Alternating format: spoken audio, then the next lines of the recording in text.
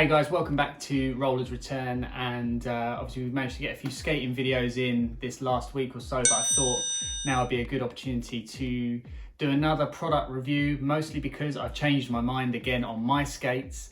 You remember from the last couple of videos there was a Razor's Colt Graphite unboxing video and a video where I was trying to get them to fit better, tried everything, heat molded the liners, thought they were going to be better, rode them around the house a little bit and decided nah, I am going to stick with the USD Aeon Locos that I picked up. So what I thought I'd do is actually share a bit of a review on the USD Aeon 60 Loco, as they're technically known, and just kind of do a bit of a product rundown of these for anyone else that's out there that maybe hasn't seen them. I don't think there's that many videos on YouTube that actually kind of go through the features of this skate. Obviously you can do your own research, but hey, I need to do another video, so here it is. So yeah, the USD Aeon 60 Loco, these retail obviously on Loco Skates, as you'd expect, for about $229.95, £229, 230 quid. I didn't pay that for them. I got these as a second-hand pair because I'm just getting back into skating. And obviously I had the Colts on order, so these were just going to be a gap stop, but I've decided I really like them, so I'm just going to kind of run through some of the features and tell you why that is. First of all, this is a collaboration piece, so it's between USD, obviously everyone knows USD, and Loco Skates, the online store, probably the most well-known Loco worldwide. And yeah, this is a pretty kind of cool take on the Aeon 60. So it actually features, this is a white boot, so it's a white boot, white sole, etc, etc, because obviously it's the uni body, so it's all one piece. And then they've painted the top half black, so rather than it being black and white, it's white and black, whichever way you want to look at it. Yeah, that's pretty cool. I like the colorway. I think it stands out, it's a little bit different, it's quite stylish as well. That is so fetch. And it also comes with the new USD cuff, so those of you that have ridden Aeons, there's obviously zillions of you out there, will know that the original cuff was one of the only sticky points on that skate. So this comes with a rockerable version, so you can rocker that up and down, and it's got the nice cutouts at the back there as well. I haven't skated in a very, very long time, but I find this cuff like superb compared to some of the old skates. They were quite rigid, the old cuffs, obviously quite high up as well. So that's pretty cool. Obviously never skated the original one, so I can't really compare, but this seems like it's a pretty cool cuff. This is obviously attached to this unibody boot, which I'll come down to in a second. Comes with the MyFit second skin liner. Loco said that they did quite a bit of research on which liner to choose, and obviously MyFit liners are pretty decent. I have heat molded this one and it feels great.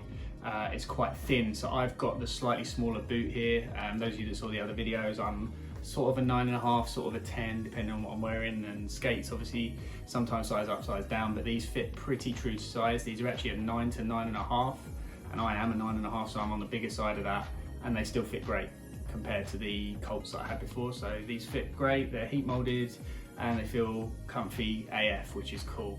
It helps that they've got a really decent buckle on the top, but also the 45-degree strap. I've not actually had to skate with that on before, and it definitely helps get the heel sort of locked into the back of the skate a little bit.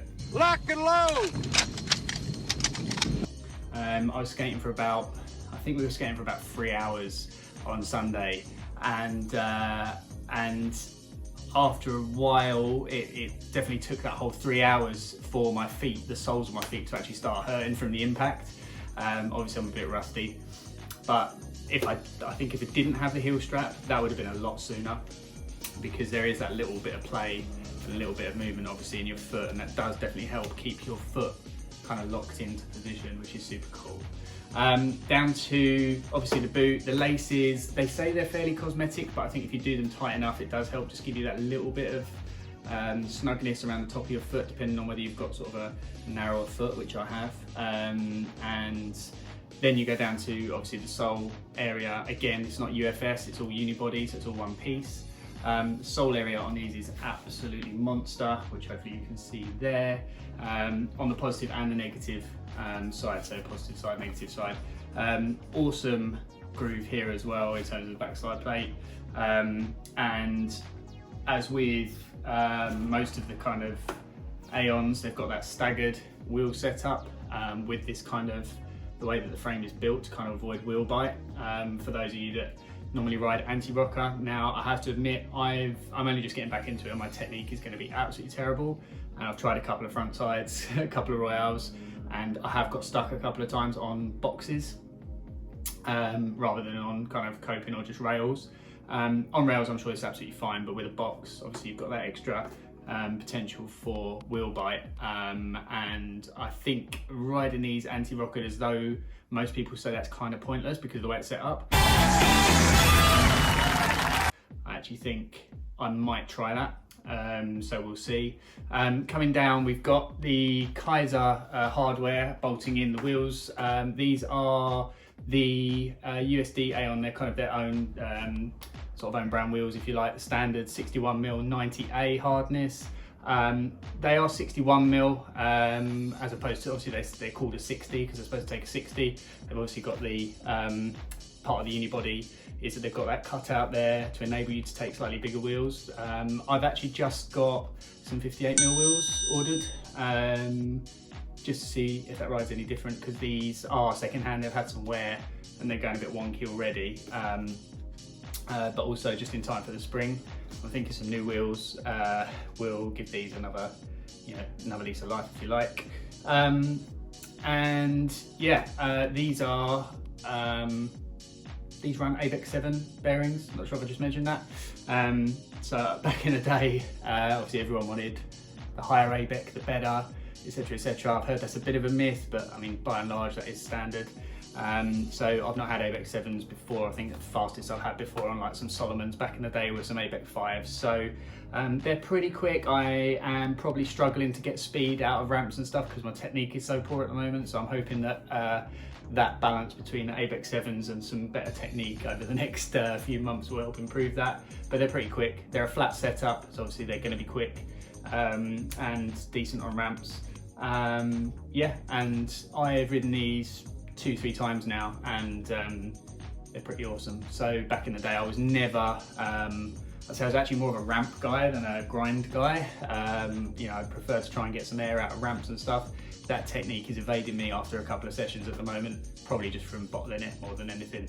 But I've had a good session on Sunday where it was just back to back trying some grinds, and actually managed to lock on a few sole tricks, Mizu's mostly, and that massive sole area definitely helps with that for sure. I was never that confident with grinds back in the day, but that definitely has helped. So yeah, it's a lot of the guys that we were skating with on Sunday, a couple of the old guys that, again, like us, coming out of retirement, sort of said that there's a bit of a kind of running gag that they're kind of cheat soles. I think, look, if equipment moves on and you can get a sole space that big compared to what we used to skate back in the day, then I'm all for it, because if it makes doing some cool tricks a little bit easier, then you can focus on actually really dialing those in and actually making them look cool.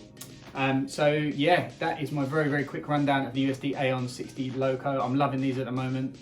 Looking forward to getting some more park sessions in now the weather is turning. If you guys have got any questions about how they ride, about how they are, how they feel, what they look like, what they smell like, drop us a comment below.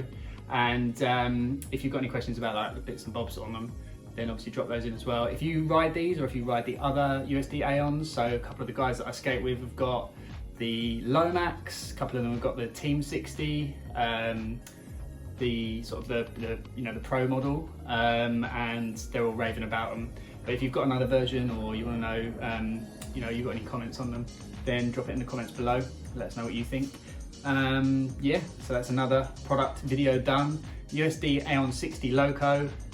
I'm a big fan.